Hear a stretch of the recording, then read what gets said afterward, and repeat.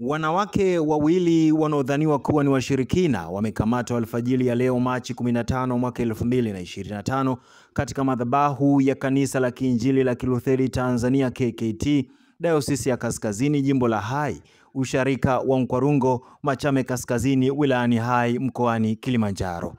Tukio hilo limezua taharuki kubwa baada ya watuhumiwa hao kudaiwa kuwa walitumwa kwenda kuchukua ulimi wa mwanamke mmoja aliyezikwa hivi karibuni katika makaburi ya ushirika huo. Akizungumza eneo la tukio, msaidizi wa mkuu wa kituo cha polisi Bomang'ombe ASP Daudi Kimashi amethibitisha kuwakamata wanawake hao na kusema kuwa wanashikiliwa kwa ajili ya uchunguzi zaidi.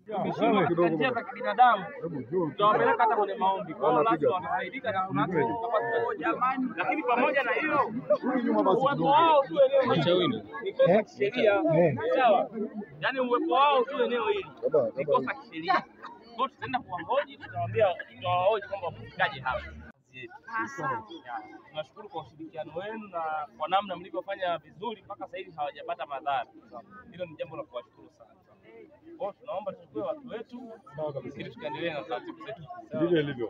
Kwa mujibu wa mwinjilisti wa usharika wa Nkwarungo Jeremia Nkya, wanawake hao walinaswa na walinzi wa ushirika huo wakiwa na mabunda ya vitu visivyoeleweka ambavyo walinzi waliamua kuvichoma moto. Ameeleza kuwa baada ya taarifa za tukio kusambaa, waumini na wakazi wa eneo hilo walianza kukusanyika kwa hasira wakitaka kuwachoma moto watuhumiwa hao, lakini hatua za haraka zilichukuliwa kwa kuwaita polisi ili kuwaokoa. Tumewahoji huyu mmoja ndaongea kabisa, tuko bibi na anaongea na anaongea kilugha sana, kwa hiyo tumuelewi sana, ni Maulidi Moshi. Tunaongea, amesema sijui tulikuwa wangapi, wengine wameondoka. Sema kama anasema kitu kama kwa dada mmoja kidogo alikuwa anaelewa kwa Maulidi Moshi. Wanaongea tu kama walikuwa wanne, wengine wameondoka. Mara kuna mtu ametuleta huku, sija huko makaburini kuja kukata sijui ulimi. Anaongea vitu vingi ambavyo havieleweki. Kwa hiyo haeleweki sana. Maana anaongea sana kilugha nyingi. Kuna dada tumemzika juzi, dada binti mdogo tu wa miaka 40 yule tumemzika juzi.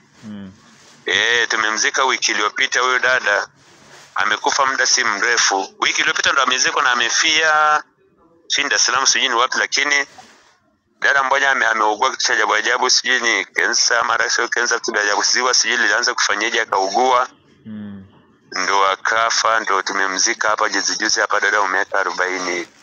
Kwa mujibu wa mzee wa ushirika wa Nkwarungo Nelson Muro, mmoja wa watuhumiwa hao alidai kuwa walitumwa kuchukua ulimi wa mwanamke mwenye umri wa takriban miaka 40 aliyefariki hivi karibuni na kuzikwa katika makaburi ya ushirika huo. Leo alfajiri mlinzi wetu amekamata wachawi wakiwa katika madhabahu ya ushirika wetu, na tulivyowahoji walisema wametumwa kuja kuchukua ulimi wa mwanamke mmoja aliyezikwa juzi ndani ya makaburi ya ushirika. Naye mwenyekiti wa kijiji cha Fo Traeli Mboya amesema kuwa alipofika eneo la tukio alikuta watuhumiwa wakiwa wamewekwa chini ya ulinzi, tayari wamepewa mavazi na kufunika miili yao. Nilivyoangalia unajua nimekuta watu wamewekwa chini na kuna mmoja ambaye alikuwa anaongea, mwingine haongei kabisa.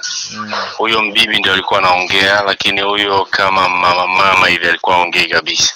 Lakini mimi kuna mwinjilisti wa hapa alinipigia simu mapema sana alfajiri ya leo. Lakini nikamuuliza mwinjilisti tatizo nini, akaniambia kuna watu waliokutwa kanisani wanaofiwa kuwa ni washirikina, vitu kama hivyo. Nikajaribu kumhoji, akaniambia tu walikuwa hajavaa nguo za ndani, ila nje alikuwa amevaa tu maerizi, wamevaa na manguo mengine ya shughuli zao hayo. Yani kwa maana ni nguo chafu. Ni nguo chafu. Lakini nilipofika pale nikasikia wamepewa nguo zingine. So unajua kanisa lazima limstiri mtu. Hata sisi serikali lazima pia tumstiri mtu, kwa sababu sisi hatutambui mambo ya kishirikina. Tunajua bado ni mwananchi. Akishatuhumiwa labda kuna kitu amefanya, hiyo pia ni jambo lingine, lakini bado tunamlinda kama mwananchi.